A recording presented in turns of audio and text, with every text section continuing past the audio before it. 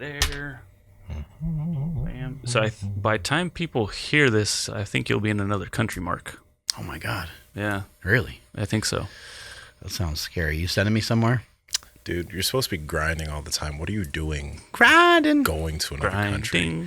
Oh, I'll be grinding, but it'll be a different way. Hey, this is a family show. It's a family-friendly podcast. Plus, your son listens. Does he? No. Sometimes, What's right? up, Jake? Really?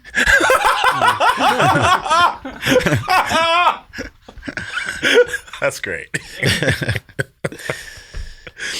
Yeah. I just meant I was going to be working hard no matter where I'm at. I don't know what you guys were thinking. I don't know what I was thinking either, but what I do You guys know are gross. is I wish... Well, I remember from... Well, maybe I don't want to bring it up. Dude, I don't understand what's going on. This mother... Damn What? An open box is an empty box. If it ain't full, you it's guys empty. keep talking. Wow. So I've been monitoring Nsima over the past, this whole week, and he got so nervous he ran out. Mm-hmm. And I put it on social media, like what elite nutrition looks like. Yeah. And he was eating Fairlife with Magic Spoon cereal. Keep talking. My pants are going down. Dipping a Legendary Foods tasty pastry in all of it. Wow. Bruh. And I'm like, what are you doing? I'm the one who finished all the cinnamon flavor. I'm the one who finished all the peanut butter. I'm about to be the one who finished all the chocolate Magic Spoon. Dude, come save some for the rest Yeah, of well, us. Yeah, what happened? You better be eating. Yo, it just tastes hella good. And it's really nice to eat on dry. Like, It's like a snack. It is really good. yeah. Just like, even without any milk, just kind of just keep it on hand for a little snack that has high protein and low net carbohydrate. Only 4 net carbohydrate per serving. I think it's got like 13 depending on the box. Yeah, man. Grams of protein. Yeah. Pretty sick. Even if you were to eat the box, it's not horrible in terms of macros. I'm not telling you guys to do Don't that. do that, but Don't do that. Is the box designed that you can actually eat it? The actual box? I think you could. They should work on that.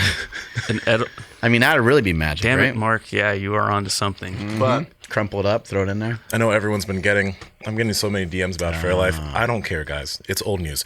But Fairlife milk or protein with Magic Spoon cereal, protein bomb, man. Yeah, it's protein on protein. Protein on protein. It's so good. Yeah. Mark, did it pass the kids test? My kids like it too, yeah. Yeah. That's huge. That's how you know something's good. Because kids don't care about macros. They don't care about whether or not something has protein. They just want to know whether or not does it taste good. My wife's been like, I don't know about this. And then every time I turn around, she's munching on it. So she's like, I don't know about this Magic Spoon stuff. She's like, I don't know. It doesn't taste the same as regular cereal. I'm like, you need to give it a minute. It's not supposed to taste the exact same as regular cereal. It's its own thing. It's its own category. But once she got used to it, she's like, I do like this. Let me also say this, though, because a lot of people are like, Can you save me some? yeah, I'll save you some. A lot of people are like, oh, it doesn't taste like regular cereal. Number one, regular cereal, my guys, my people, let's just be real about that. That shit ain't good for you. The amount of sugar, it tastes great because it's literally a freaking bowl of pure sugar. Cinnamon Toast Crunch, the taste you can see, which is so good. It's too good. It is literally too tasty. Yeah. That's why you get like kind of addicted to that shit. This is really good. And once you get used to like the good taste of it, you're like, ooh, this is actually really good. And it's good for me. Remember that. It's really good and it's good for you. Yeah, and it's like, hey, man, I know you like mac and cheese, but it ain't good for you. You know, you need to kind of reel it in sometimes a little bit, and you need to just accept that sometimes healthier options are just going to taste a little bit different, but I'm enjoying the taste of this, and mixing it with a protein shake and some of those different things are awesome, too. Yeah. I don't know if you want any right now. Yeah. I don't know if you're fasting or not, but... And not Just gonna anymore. Dump some right here.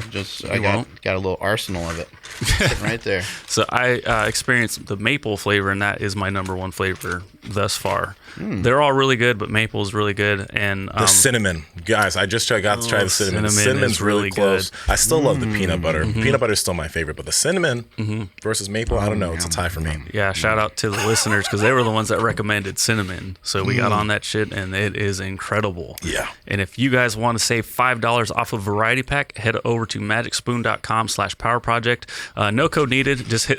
I'm just laughing at these guys still over here cheating. I'll save you some, Andrew. Thank you.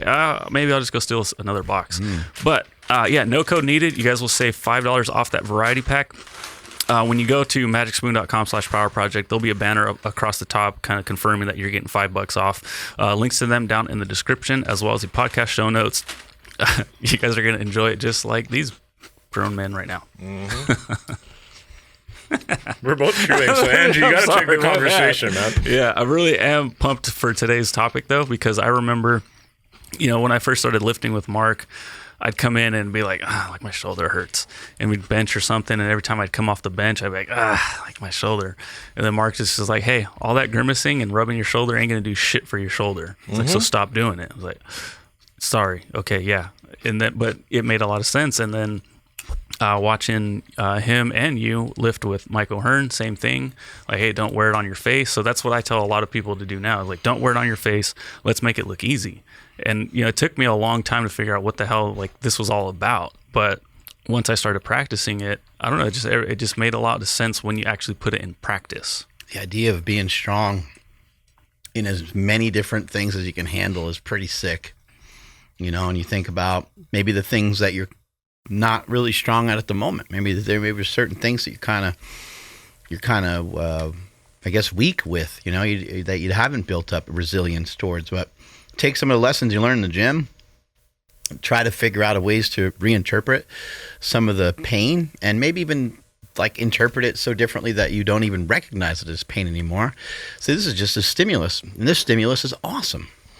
The interpretation thing you mentioned there, because we're going to get into more stuff here, but after Andrew just said that, make it look easy, and then you're mentioning the interpretation, your physical reaction to something can show how you actually feel about it, right? So if you're doing something that maybe it is a heavy deadlift, maybe technically that's 500, 600, 700 pound deadlift for you is heavy.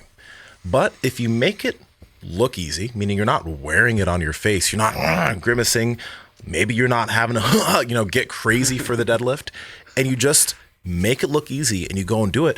Like, what I've found is that by making things look easy, not only do they look easy to the viewer, they actually feel easy for me, the lifter or the practitioner of whatever it is that I'm doing. That's why, I started relaxing I first off, I started doing this because I had the book on becoming a supple lifter by Kelly Starrett. And in his book, he talked about, I think he maybe was talking about the couch stretch or something like that, right? When you start doing these types of movements, it's weird. It feels tough, especially if you don't have that mobility. And Kelly always says, don't wear the pain face, right? Don't do it. And what you find is that when you actually relax your face, it's easier to breathe. It's easier to move into deeper positions. And that relaxing of the face and just calming that down will make movements easier and will make them easier to execute. Even from just a range of motion standpoint, it's going to be very difficult to move into a nice full range of motion that your body's very accepting of when you're wincing and when you got your butthole clenched, as hard as you can. And so freaking said so amazingly by Ed Cohen was relax your taint, which sounds like the silliest cue of all time, but you have to relax literally everything. And anyone that's ever done yoga or that's listened to some meditation type stuff, off of your phone or something like that, you'll realize that a lot of times the instructor, they'll start to walk you through the things to relax, and you're like, why in the fuck is that tight? They'll tell you relax your big toe, and you're like, why is my big toe curled down like this? What am I doing? I'm trying to relax in this yoga class, and here I am bearing down on everything. Relax your abdominals, relax your chest, and you're like, and it just kind of helps you to kind of realign and recognize maybe there's better ways of doing this. During the seminar that we had with Ben Patrick, there was a gentleman, he was doing the ass to grass split squat, and he was getting in pretty good position for it. It was impressive. But I noticed, I saw kind of a wincing in his face, and I saw around the eyes was tight, and then that was causing the jaw to be tight, and then all the way down. And I mainly saw it first in his neck. That's where you'll see it first. And I saw a vein popping out. He wasn't going crazy or nothing, but I saw a vein there, and I saw kind of a neck flex. And I'm like, well, he's stretching his lower body. Like, why is his neck so tight, But it's a new range of motion for him. It was different for him. And so I put my hand on his shoulder and I said, hey, breathe. Let's breathe into this. Let's work on this.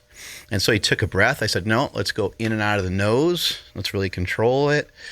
I was like, if you need to, you can close your eyes, And I said, just really try to relax. I was like, relax your neck, relax your chin, relax your jaw, relax your eyes. And then he went, and he just went into this perfect position. He gained a bunch of inches on his mobility right then and there, and I didn't do anything. I didn't help him gain more mobility necessarily, but I gave him an opportunity to lean into something different because his body was so tense and so tight and so resistant to it. And guys, we realize that when you're doing a big lift, when you're doing a big squat, a big deadlift, you gotta tighten up. Like there are certain areas that need to be braced, that need to be tight, right? You can still do this while not having it be super strenuous everywhere. What you said there, when he had the veins in his neck and he was like, right? How hard is it to do something that's strenuous? Like let's say that you're trying to build motivation to go work out every single day.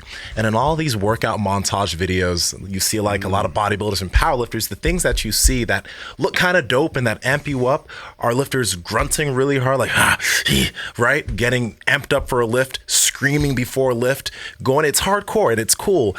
But can you do that 5 days a week? Like real talk. Can you build up the necessary energy to do that shit 5 days a week? I couldn't. That's too fucking strenuous. That's too stressful. Well, and maybe you can, right? Maybe you can work up the energy to do it 5 days a week, but for how long? And then how many of those are going to be bad workouts? I don't know about you guys, but my workouts, they might vary in intensity, but I don't really have bad workouts anymore. Every time I train, it feels like it was a worthwhile endeavor. It feels like it was worth something. Sometimes, like I said, some days I get more and some days I get less. But because I'm not like white knuckling it and I'm not trying so hard to get so much out of this one day, the intensity of the day can be spread out more throughout the week. I actually noticed what you've been doing with Owen, and that's been amazing. Watching him lift, and I said, "Is your lifting kind of similar every day?" And he was like, "No, it's quite a bit different." And I said, "Well, that's not what I meant, but I meant like principle-wise, it's the same." And he's like, "Oh, yeah, it's like in principle, it's pretty much the exact same every day," because he's mentioning how he's doing like a wide variety of exercises. But what I meant by is it similar every day? He's doing a wide variety of exercises kind of in a shortened period of time. There's not a lot of rest in between sets. And what it does is it allows him to get in here and get good training sessions in. This is Nsima helped him program. He's getting good quality training set. This is a guy that we have here that is a videographer for us who's 19 years old, who just got into fitness, and it's been amazing watching his transformation happen so fast. I don't know what the fuck's going on with this kid. Yeah, he's changing quick. It's unbelievable.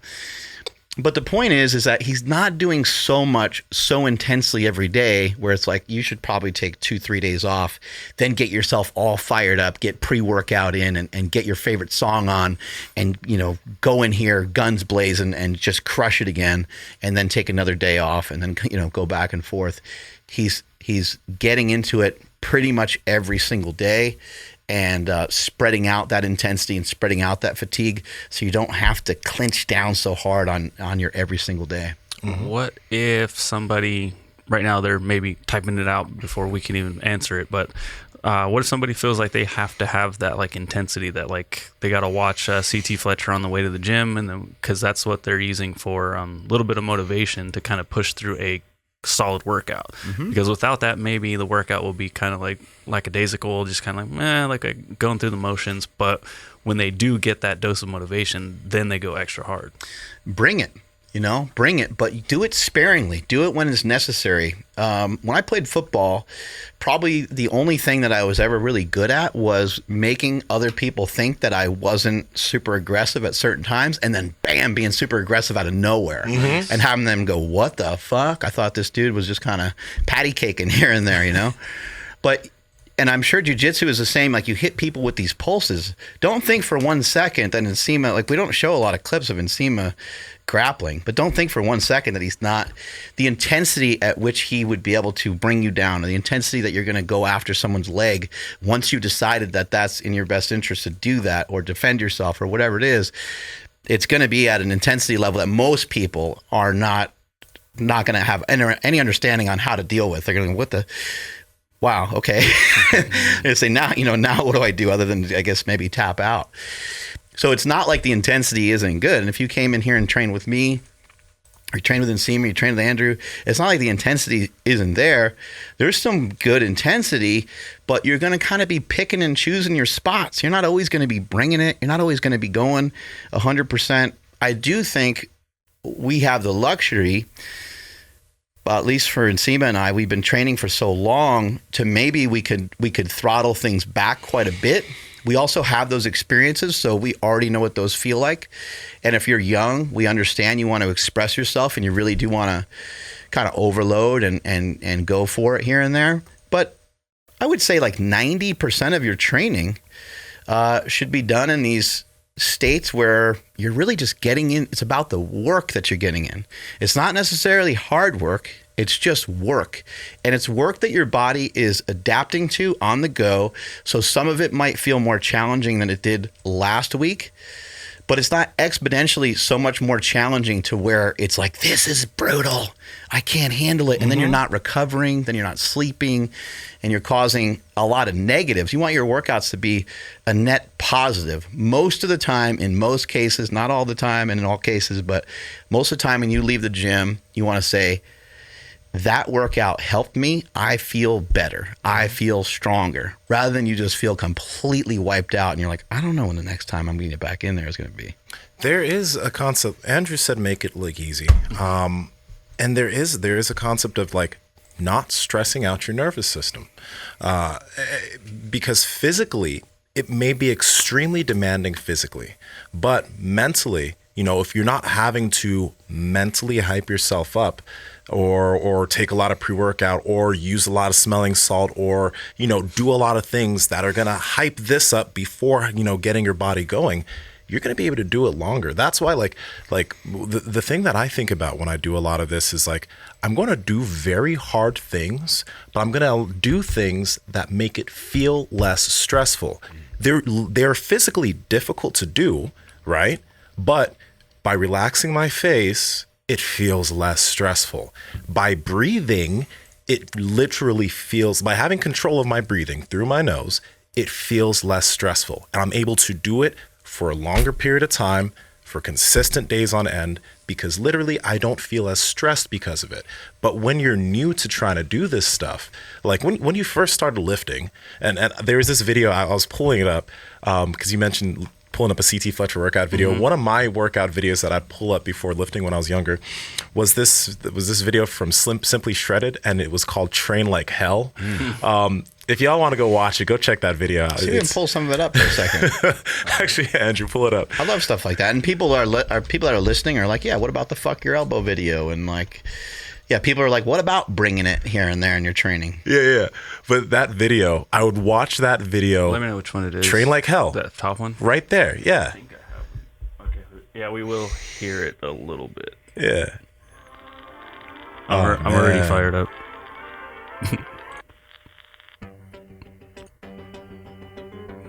I got shredded. I love this kind of shit, by the way. Yeah. Oh, shit, I'm getting goosebumps right now. Fuck. I remember this, man. Yeah. It gets better. Yeah. It's pretty. I want to say the movements that I'm watching people do right here are not insanely challenging. Although I'm starting to see people lift a little bit more weight, but it was somebody hitting a heavy bag, somebody doing a farmer's carry, somebody doing like axe chops and things like that, and the intensity isn't like completely wild. Yeah, but it was I was doing bodybuilding training and like. This shit like this. When I was a teenager, this shit got me amped up, man. Like it got me a little hype. But like I think having to need to pull up less is something that allows me to do it more consistently. So like, for example, people ask if I use pre-workout. And I really don't. I used to use pre-workout a lot, and I got to a point where I'd have to take multiple scoops, and I was mixing up pre-workouts. But the fucked up thing was that after a certain period of time, on a day I didn't have my pre-workout, I didn't feel motivated to go train, and then I needed something to bring that up within me. That's why I made sure to, I slowly cut that out and started relaxing my face, started controlling my breathing. And even though I can do hard things, I can do them more consistently because they literally don't feel hard up here because I'm controlling the way I interpret the stress by relaxing my face and by getting better at breathing to slow everything down. One other thing I'll mention, which is I think a physical manifestation of what we're talking about here. When you go into a cold plunge, it's shocking, right? And the immediate thing you want to do is, and if you keep doing that, your heart rate's going to stay elevated. But if you control your breathing, once you get into a cold plunge, I had my Apple Watch on, my heart rate went up to 130, then immediately started slowing down to 60 by controlling my breathing and relaxing my face. I think it's a fallacy that things are supposed to be done 100%. Things are supposed to be done 110%. And yes, you should do things to like the best of your capabilities, but it doesn't mean that you're doing things always to the most of your capabilities. You're not expressing the absolute maximum of what you're truly capable of. I would imagine for you in jiu-jitsu, especially with the people you train with, you don't always even have an opportunity to do that because there's younger people, there's newer people, there's people of different body weight, and you got to work on different strategies, I would imagine. And especially just kind of like where you're elevating your game to. I mean, let's just be quite honest, you're 240 pounds and you're a fucking monster. So like, I'd imagine you have to like moderate that a lot, but ask that of any high level individual, whether it's a high level sprinter, someone who's high level at running, Zach Bitter. Like Zach Bitter, what's Zach Bitter's like his biggest problem in training is how to figure out how to mitigate not going full bore, not going full blast. When we had our buddy on that has a world record in the speed golf, his name eludes me for a second. Kern. Yeah, there we go. Brad Kern. Brad Kern. When we had Brad Kern on, Brad's like, my watch goes ding, ding, ding, ding. And he goes like, it pisses me off because he's not allowed to be out of this heart rate, out of this specific heart rate. So there's no areas of life where going 100% or 110% actually truly benefits you the way that you might think it would. Maybe in emergency situations, maybe that would be it. But we can't learn and we can't grow. You don't learn. When you take classes when you're in school, there's probably a reason why when you're young you have multiple classes. Each class lasts about 45 minutes or so because you can't really learn a lot more about a subject. Imagine if they had you there for 6 or 8 hours and it was all like intense and you would like short circuit. Anyone who's ever been to a seminar knows exactly what I'm talking about. Your brain's like, whoa, like I can't even believe it's like 10 hours, 3 days in a row, and you don't remember shit from that. So there's never scenarios like that. Now I know people are like, well, what about the Jay Cutler videos? And what about CT and what about these things? Those are videos that are for a specific thing that is done over a specific period of time to reach the absolute maximum result that someone could possibly reach. And the clips that you're seeing are representing a very small percentage of what that person's doing. I watched a video the other day of Jay Cutler, and I didn't even know this part of the story. Not only did Jay Cutler, fuck man, that guy's such a badass. He is. Jay Cutler lost the Olympia, I think 5 times in a row, right? And he was able to crack through and beat Ronnie Coleman, the greatest bodybuilder of all time. But not only did that happen, he slipped up. He was doing well. He had a great body. He was kicking ass. He thought he was on top. And then Dexter Jackson came in and fucking brought it to him and kicked his ass. Yeah. And the conversation quickly flipped around as like, oh, Jay's the new guy. Oh, now he's out, And Dexter Jackson was the guy, and people were like, Jay Cutler's not going to be able to come back. He tore his bicep. He had all these things happening. And the montage video is fucking amazing because you're watching him. He's training with Hani Rambod, and they build one of the freakiest physiques ever seen on stage at a bodybuilding show. And Jay Cutler comes back with a vengeance, and he is victorious, and it's fucking sick. Again, the video footage that you see when he's going through this intensity is still representing a small percentage of the training. And I know that Jay Cutler is very intense, but still trust me on the fact that when he's doing his leg workouts, that he's not going in the gym and the first thing he's doing is maxing out. It's a warm up. He gets to these progressive weights, and then even the way that a bodybuilder trains, it's specific to the point where there's not a ton of rest involved.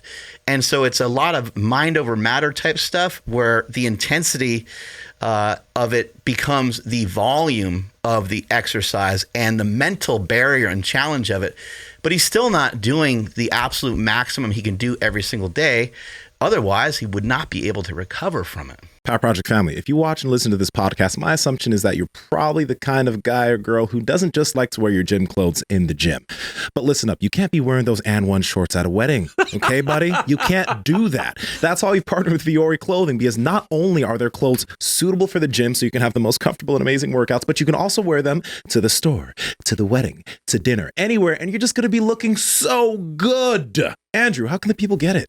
Yes, step your game up right now. Head over to viore.com/power project. That's VUORI.com/power project. And when you do, you'll receive 20% off your first order. Links to them down in the description, as well as the podcast show notes. Let's get back to the podcast. No, he absolutely wouldn't be able to recover from it. Jeez.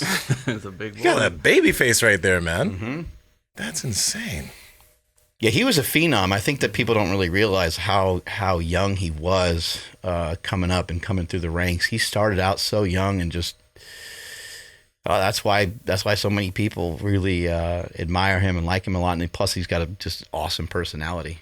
Mm-hmm. Yeah, still one of the best that I've ever met in this whole industry.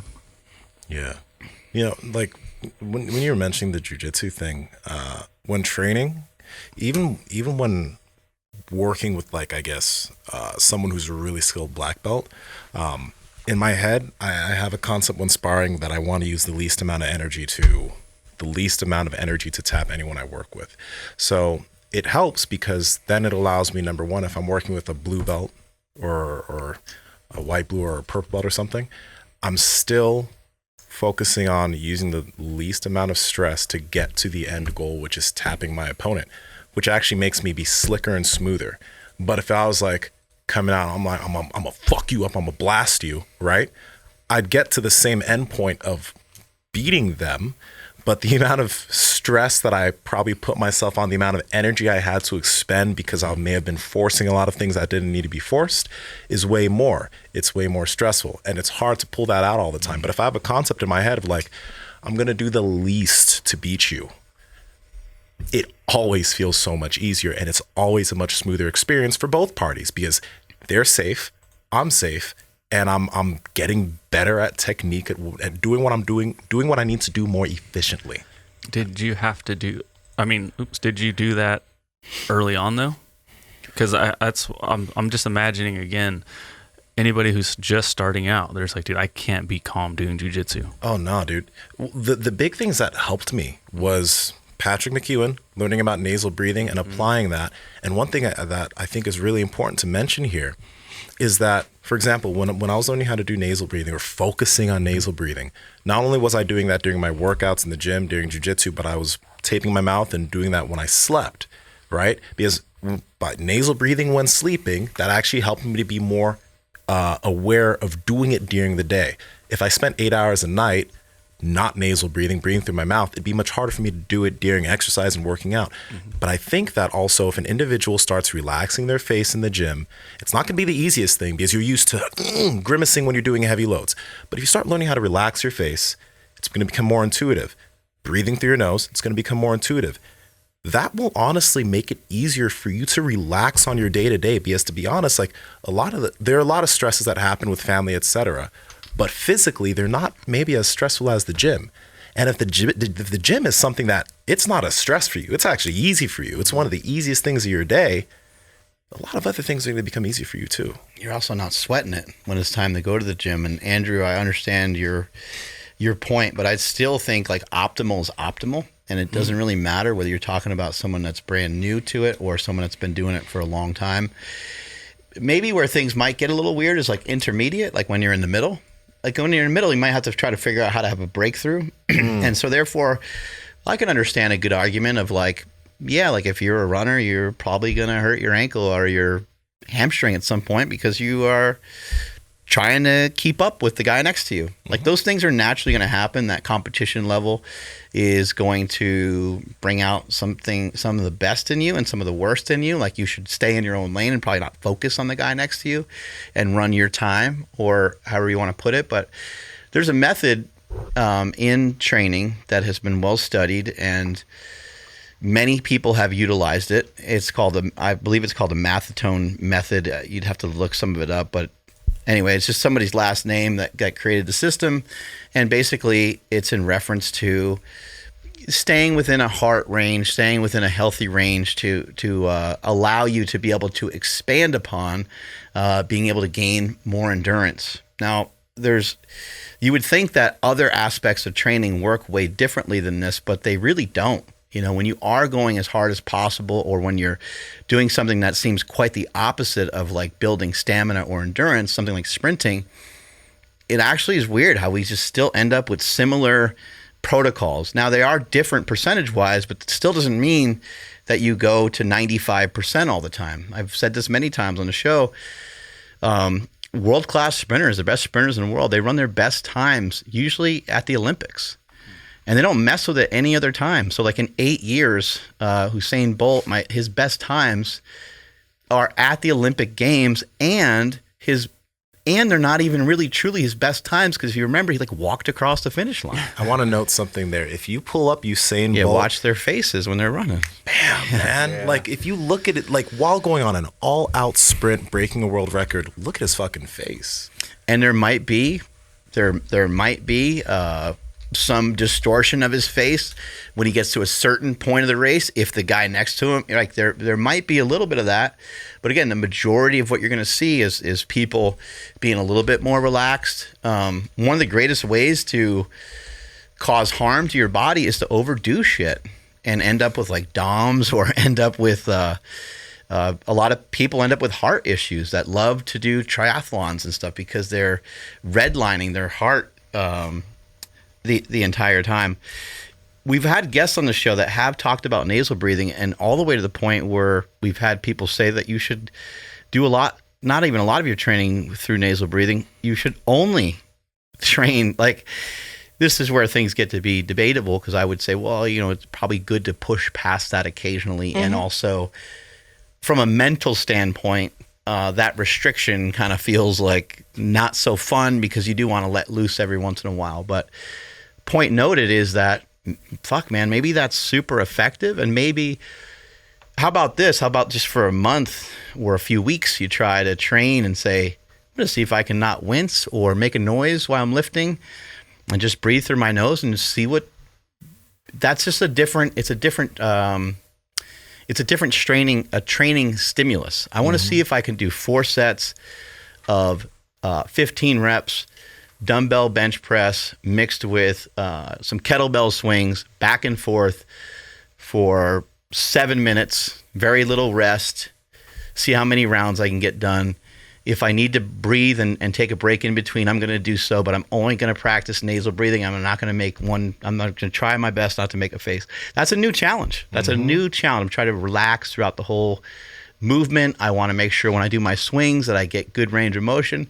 Well, maybe the weights that you use are different than the weights that you used to use. Absolutely. And, you know, if some grunts or whatever come out involuntarily, it happens because, like, for example, if I do a rough set of like Nordics, my mouth opens and like shit comes out of my mouth because it like literally I can't do that while staying still.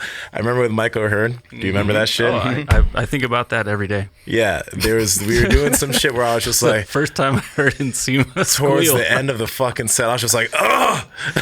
But it was like even had like a little high pitch to it. Also, it was I was like, is he okay? I've never heard him make a sound, like, especially like that during lifting. Because and it was involuntary. I wasn't purposefully making a sound for try to hype everyone up or whatever. That shit just came out of me because it needed to come out. So if it needs to come out, let it out. But try to do like, it should even get to a point where it's not that you're trying to do something and make it not look stressful. For me, since I've been doing it so long, I'm not trying to keep my face relaxed. My face is just relaxed. I'm not trying to breathe through my nose. I just breathe through my nose. That's what happens after you do it for a while. It just becomes what you do, not something you are now trying to do. Go to a place where people are well trained or well conditioned in anything and start to observe them. You're going to have different people handle things different ways. But when John Hack was here, he podcasted with us, and he just kind of strolled into the gym.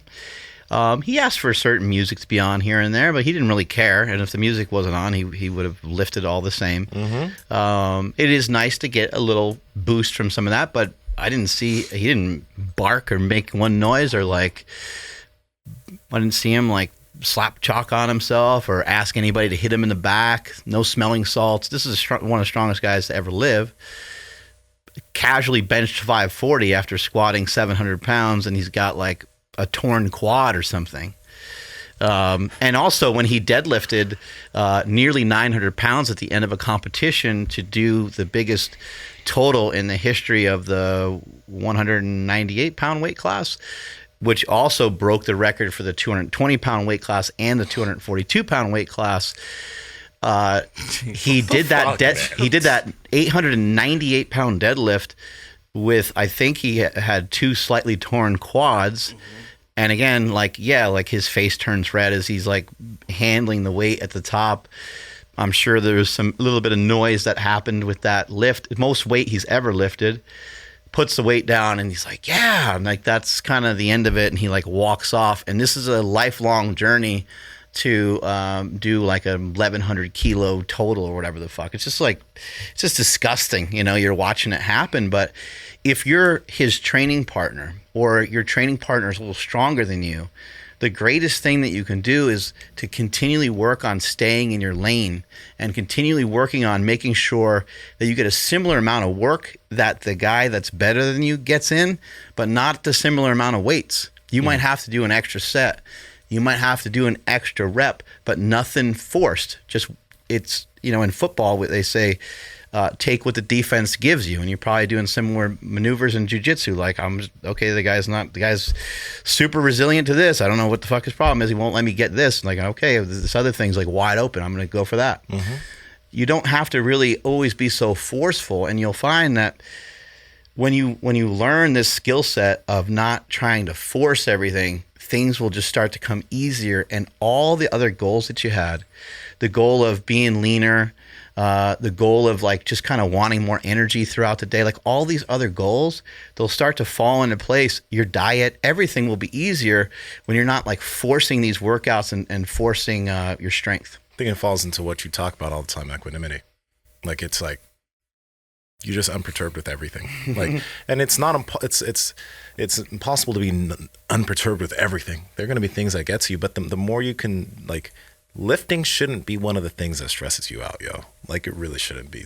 Like, the stuff that you're trying to do for your fitness, the hobbies of the physical hobbies that you enjoy, these should be things that bring you joy. Like, if you ever, like, I used to watch a lot of soccer when I played soccer, and if you ever watch guys like Messi or Ronaldo play soccer, or Ronaldinho, I think is a better example. He's a Brazilian dude. He doesn't play anymore, but dude always just looks happy and graceful on the field. He never looks like he's forcing anything. Mm-hmm. Like, he's just doing things with such just pure, it's beautiful the way he does it. Like, you can't say anything else other than that's just beautiful, swift, graceful movement. Mm-hmm.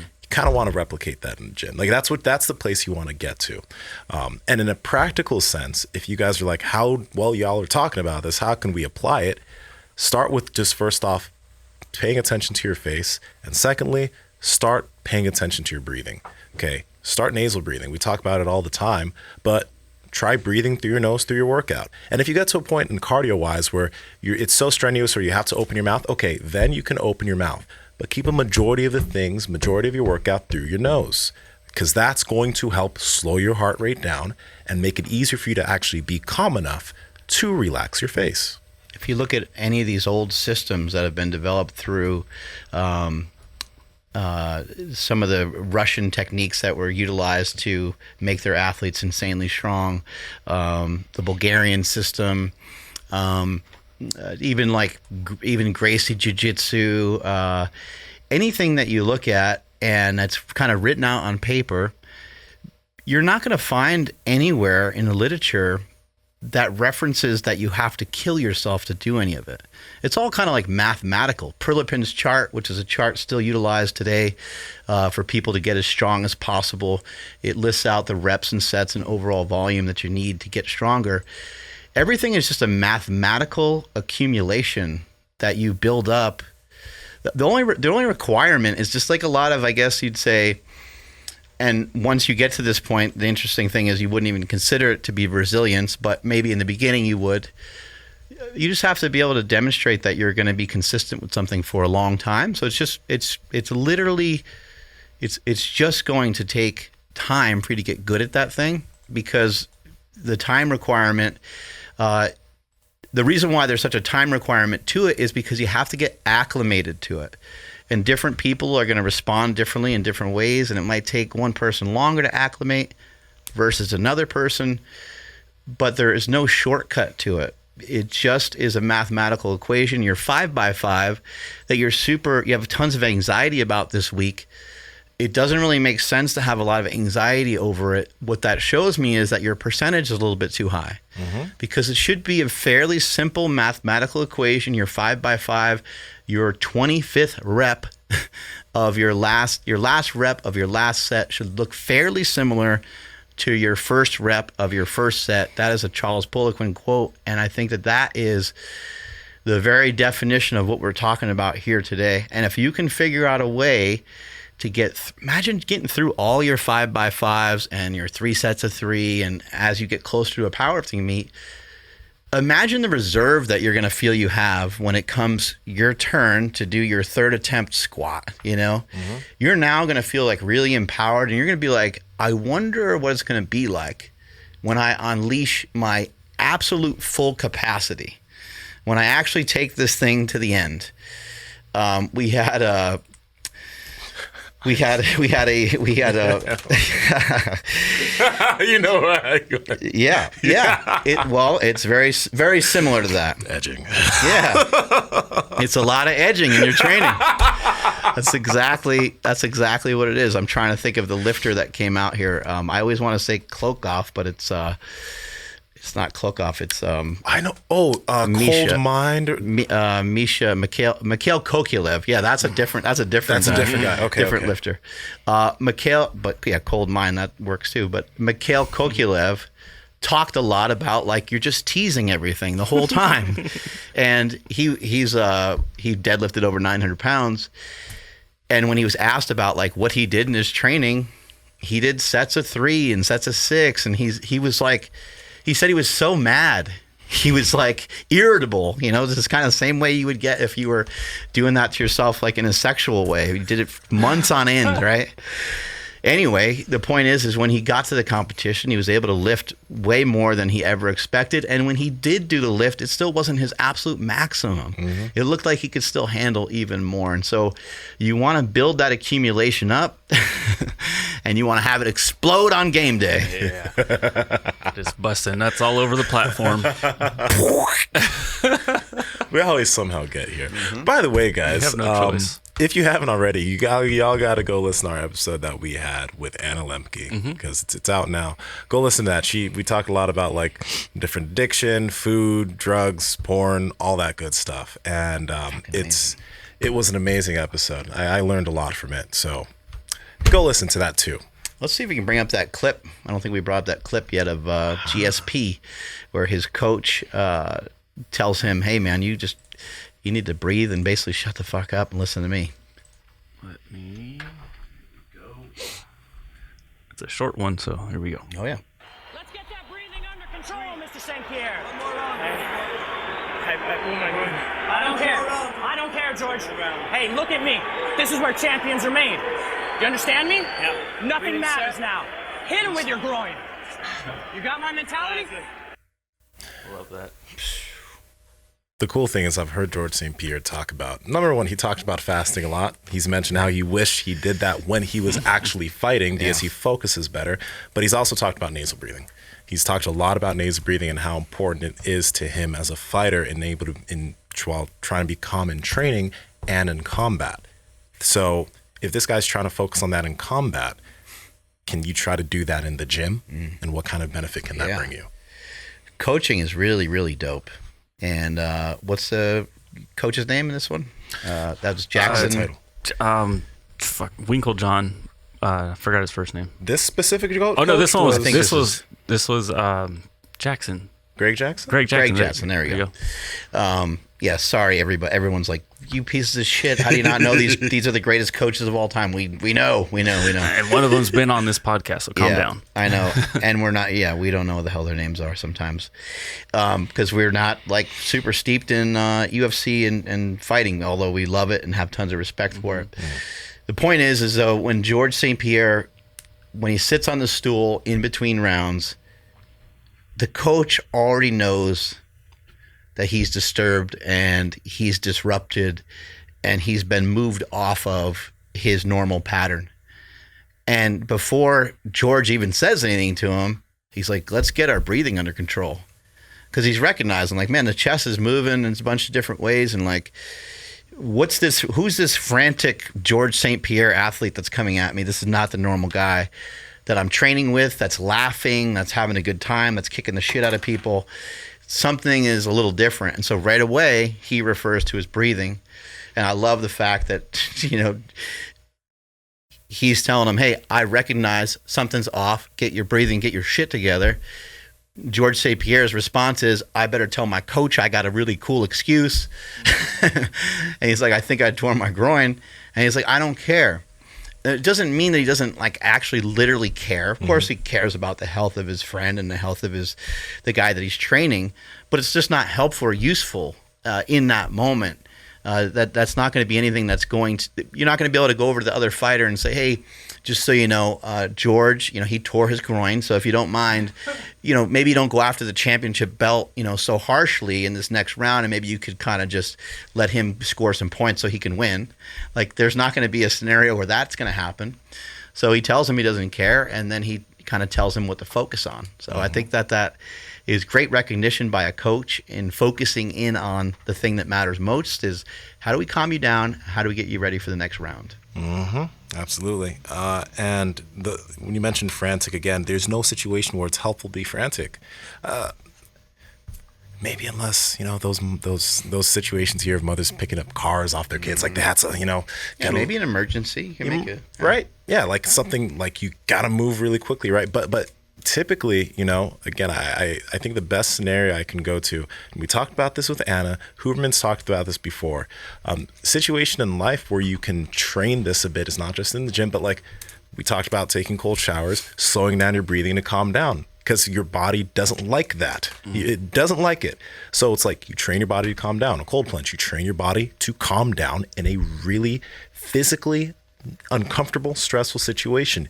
You can do that. Makes it easier to do that when you're doing more stressful things. Yeah, but even in that situation, I know like the picking up of the car thing is like different, but like if like your house was on fire and you're running around frantically, you're right. Like, you're not gonna like if you stay calm. So like it definitely spills over everywhere else. It does. You're right. What about the recent scenario of the guys trying to hold up that convenience store? You guys see that clip? Oh, where he fucking KOs him.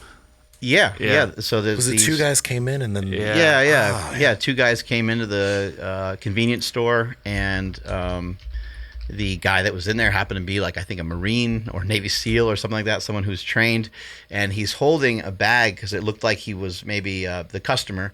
He looked like he was like maybe shopped somewhere else or something, and he had some like goods in his hand. And he's like waiting in line to purchase more stuff at this convenience store.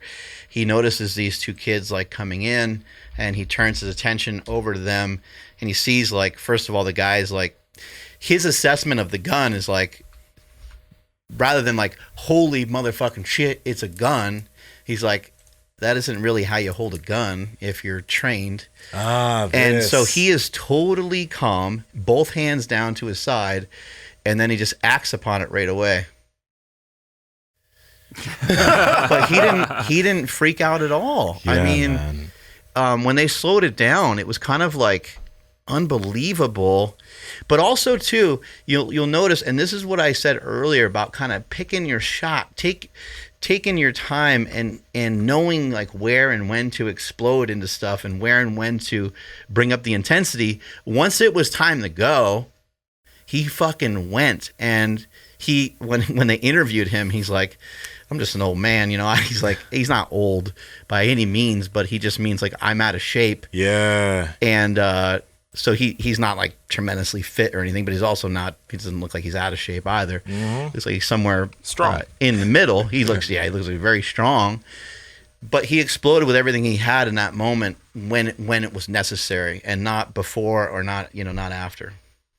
That's what we're talking about. He fucking just jumped right into that shit. Unfortunately, they found out that those guys that were holding up that store were super young. I think it was like 14-year-old kid or something like that. Man. But you come in with a gun, you're gonna get fucking smoked. It was those island boys. Have you seen that video? No. You haven't seen that video? No. You of all people? I don't know what you're talking about. Oh my right God. These guys have gotten so popular. I'm going to have to look it up now. The Island Boys? 1 second. Because I'm an island boy. You haven't seen it, heard it. These okay. Hold on. I have to find this now.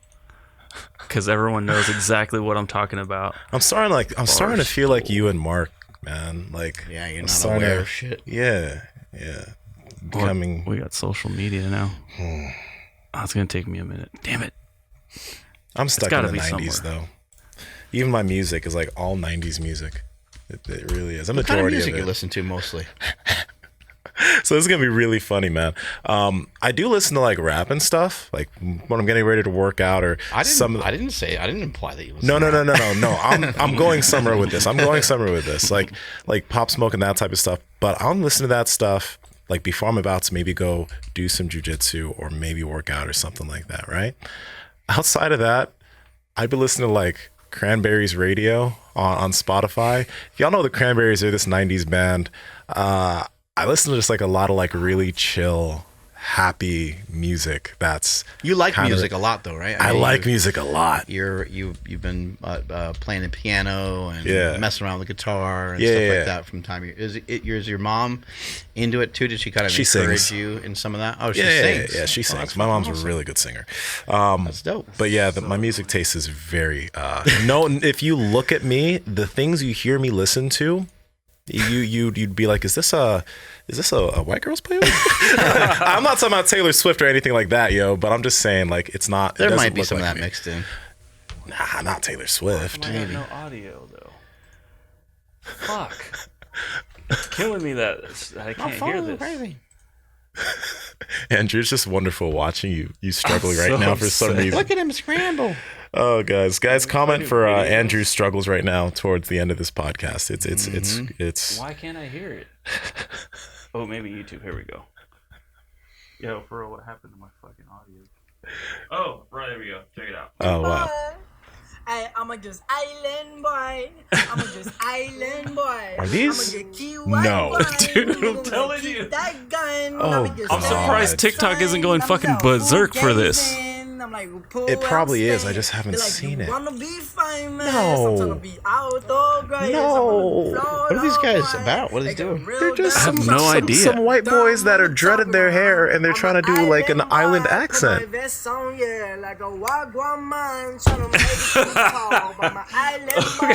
so everyone started making fun of them, but naturally the way the internet is so disgusting, they're now getting like sponsorship deals and all kinds of shit. Because I'm an island boy. Shit, man, I'm gonna download this shit, put on repeat. Turn it off. That's just fire, son. God. Those boys are great. Dude. Jeez. Dude, it goes Tupac, Biggie, Eminem, these guys. Island boys. What the fuck, man? So, hey, fuck what we just said. Let everything disturb you, including that video. I saw it. I was entertained, and then did he make it? Oh, in and out. It would have gone in though, but it's a cylinder that you have to get something inside. Another rim job. Yeah. I forgot. Oh, so I saw it and I was like laughing at it. I'm like, no way, this is real. I'm like, those are like fake tattoos. Like, nope, it's all real. And then my first thought was like, somebody's gonna give them a lot of money to do some kind of ad, like the Cash Me Outside girl. That's exactly what it is. Yeah. Right? Ugh. Y'all remember when like she turned 18 and like she made $1 million or something like a a day child because of old. You gotta imagine the motherfuckers that signed up to that OnlyFans account. Y'all are creeps. You're like, I can't wait till she gets to 18, yo. Like, You did the Birdman thing perfect. Like, what? Hands Oh, just a together. bunch of island boys. All right. Relax when you're fucking lifting. There all you right. go. Do the best you can. We're not saying to do it all the time and to practice it with every single thing that you do, but it could be something that you work on. Could just be another strategy that you utilize when you're lifting, and maybe at first just see if you can do it in some of your warm-ups. Great place to start with it. Andrew, take us on out of here, buddy. I will, and I'm going to go have some Magic Spoon after this, so that way I'm not eating it on microphone. If you guys want to, head over to magicspoon.com/Power Project to pick up your variety pack for $5 off. And please follow the podcast at Mark Bell's Power Project on Instagram, at MB Power Project on TikTok and Twitter. My Instagram and Twitter is at I am Andrew Z, at the Andrew Z on TikTok. And Nsima, where you at? And Nsima Inyang on Instagram and YouTube, and Nsima Inyang on TikTok and Twitter. And guys, make sure go back to some of the episodes that we've done recently. We had Greg Doucette, we had Andrew Huberman, we had Anna Lemke, we had John Hack. Like, You motherfuckers got to Fire. catch up. you really do. fire. You really do. Mark, You got to catch up, and you got to catch up and stay on top of all the social media stuff that we're pumping out through the Power Project, through your Instagram, through your TikTok, through my Instagram, my TikTok. There's a lot of stuff to keep up with, but you guys got to figure out a way to keep up. I'm at Mark Smelly Bell. Strength is never weakness, weakness is never strength. Catch y'all later.